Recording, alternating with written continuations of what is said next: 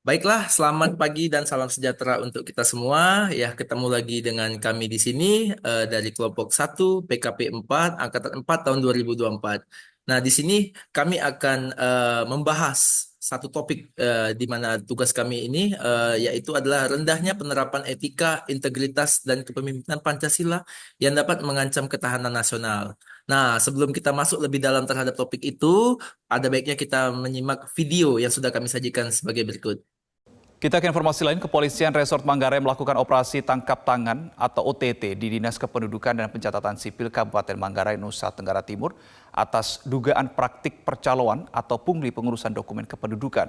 Dua orang yang terjaring dalam OTT tersebut terdiri dari seorang warga dan seorang pegawai negeri sipil.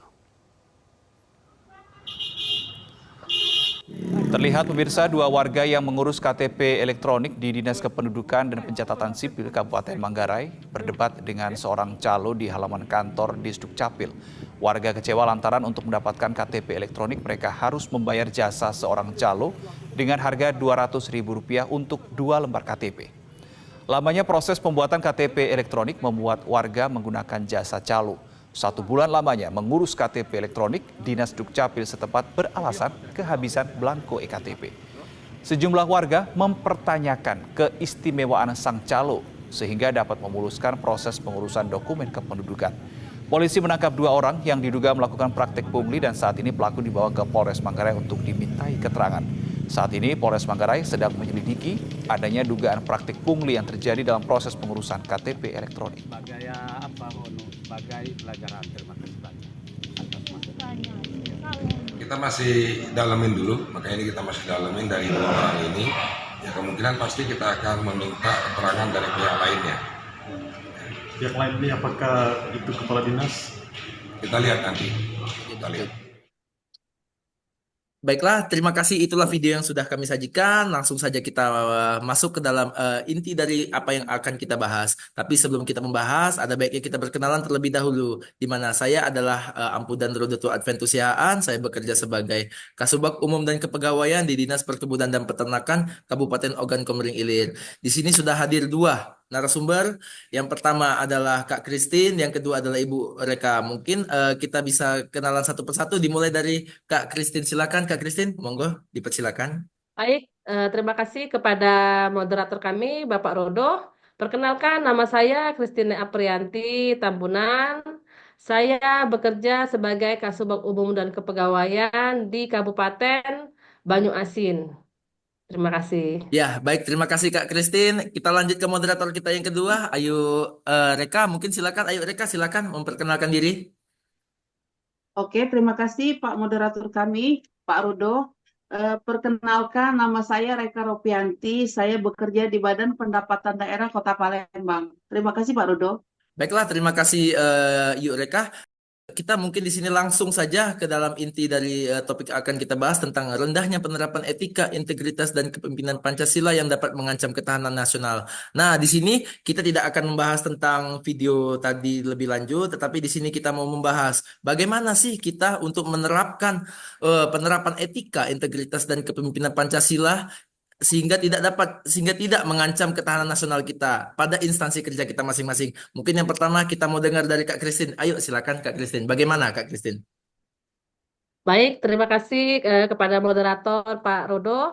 Jadi kita untuk menjaga etika integritas Pancasila, yang pertama kita bekerja harus sesuai dengan SOP.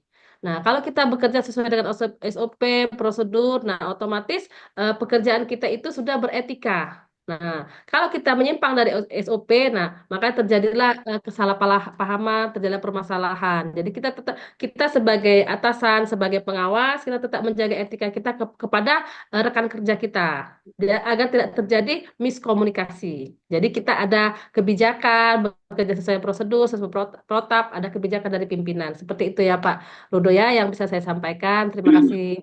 Ya, siap. Terima kasih Kak Christine. Mantap sekali tadi tentang penerapan etika,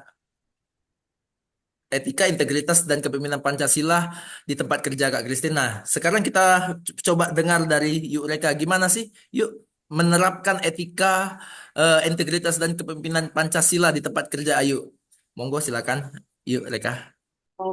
Oke, terima kasih Pak Rudo.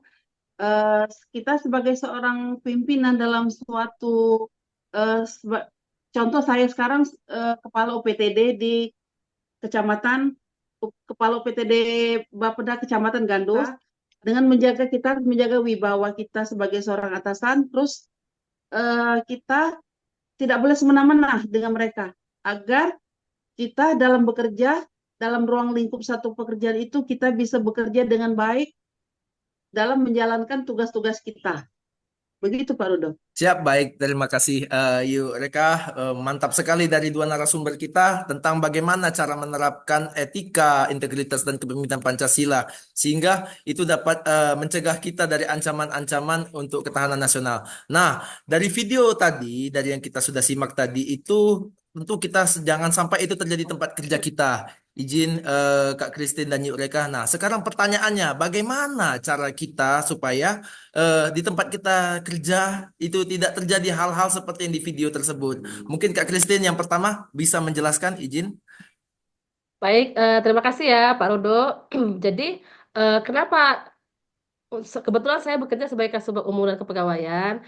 Jadi kalau teman-teman untuk naik pangkat, kenaikan gaji berkala, jadi kita tidak ada yang namanya pungli. Kita bekerja sesuai dengan SOP, dengan prosedur. Sepertinya misalnya mereka gaji berkala, mereka harus melengkapi SKP 2 tahun terakhir, kan? Seperti itu. Nah, jadi dengan data-data mereka yang diberikan secara lengkap, nah kita bawa ke BKD. Jadi tidak ada lagi yang namanya pungli, misalnya ucapan terima kasih tidak ada. Jadi kita bekerja sesuai SOP, data mereka lengkap, mereka berkasnya lengkap, kita antar ke BKD. Nah, jadi kita ikuti proses agar tidak terjadi kesempang siuran, kesalahpahaman. Jangan kalau dulu kan, misalnya ada berkas tidak lengkap, dikasih apa seperti itu. Jadi kita enggak. Kalau kita sesuai bekerja dengan sesuai SOP, apa yang diminta syarat-syarat untuk kenaikan gaji berkala, apa yang diminta syarat untuk naik pangkat, kita ikuti. Kita ikuti syarat-syaratnya, lengkapi, kita ketika masuk PDF, kita antar ke BKD. Nah, jadi kita meminimalkan mungkin permasalahan yang berhubungan dengan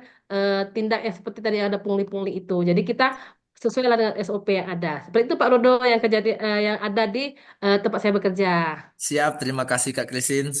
Mantap sekali bagaimana cara supaya tidak terjadi di tempat Kak Christine. Nah, sekarang kita mau dengar Ya, bagaimana ya. itu dari tempat kerja Yuk Reka. Gimana sih caranya supaya tidak terjadi hal-hal seperti yang di video tersebut? Mungkin silakan izin Kak Reka, Yuk Reka. Oke, terima kasih Pak Rudo. Kebetulan saya sama Ibu Christine beda ya tempat. Nah, Ya, kalau di betul. tempat iya, kalau di tempat saya karena saya bekerja di Badan Pendapatan Daerah, itu lebih banyak berkecimpung di PBB sama yang namanya pajak, Bu ya. Ah, Pajak. untuk menghindari kita dari pungli dalam pembayaran pajak atau pajak dan sebagainya itu sih, yaitu Mm-mm. dengan cara melakukannya secara online, membayar PBB atau membayar PBB atau melakukan membuat eh, apa ngurus BPHTB apa segala macam itu dengan lewat secara online semua, biar tidak ada terjadi pungli atau miskomunikasi dengan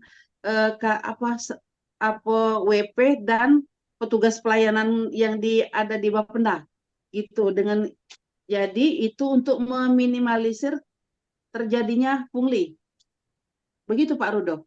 Siap, siap. Terima kasih, Yuk Reka. Nah, itulah tadi sudah kita dengar dari dua narasumber kita tentang bagaimana, yang pertama adalah bagaimana cara menerapkan etika, integritas, dan kepemimpinan Pancasila sehingga tidak dapat mengancam ketahanan nasional di tempat kerja kita masing-masing. Dan yang kedua adalah dari video yang telah kami sajikan di situ, bagaimana cara di tempat kerja kita masing-masing supaya tidak seperti yang ada di video itu. Bagaimana cara mencegahnya. Nah, itu tadi sudah kita dengar dari dua narasumber. Nah, itulah tadi hal yang mungkin yang bisa kami sampaikan dari kelompok 1 PKP 4 Angkatan 4 tahun 2024. Itu tadi tentang kami tadi pembahasan kami. Mudah-mudahan apa yang kami bahas di sini bisa dapat menambah pengetahuan, bisa dapat menambah ilmu untuk kita semua di sini. Terima kasih. Mungkin inilah yang bisa kami sajikan. Apabila kami ada salah, kami minta maaf. Terima kasih. Salam sejahtera untuk kita semua. Baik. Oke.